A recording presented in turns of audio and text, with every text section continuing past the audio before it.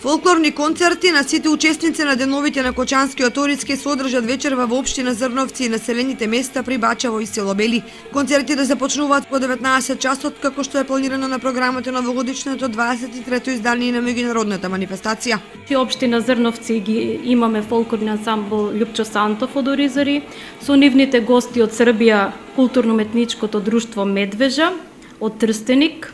Понатаму тука ќе настапи и Чидем, која е специјална гостинка од Турција, која што ја имавме претходно како волонтер, заедно со Општинското музичко училиште Ристо Јуруков, и ќе настапи хор од Штип, градски хор од Штип.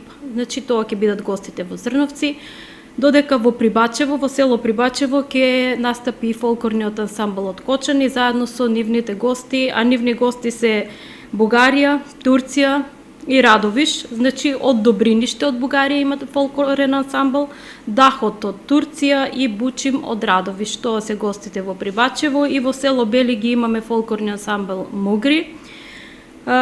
Нивни гости нема оваа година. Кутруен исто така, нивни гости ќе бидат нашата збратимена општина Сигеце Миклош, значи од Унгарија гостите, и тука ќе биде со нив Evergreen Band од Кочани и фолклорно друштво од Република Словенија, тоа се наши македонци од градот Јесенице. Во сабота сите учесници од збратимените градови од соседните држави ќе бидат примени кај градоначалникот Димитровски. За во 17 часот и 30 минути е закажано големо дефиле на кое ќе учествуваат сите членови на спортски здруженија, најмалите од градинката и од основните и средни училишта, како и фолклорните друштва.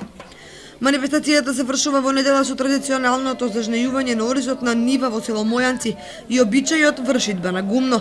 Оваа манифестација ќе биде збогатена и со концерт на Миле Кузмановски, фолклорните ансамбли и закуска на специјалитети од Орис. Со ова завршува 23-то издание на меѓународната манифестација Денови на Кочанскиот Орис.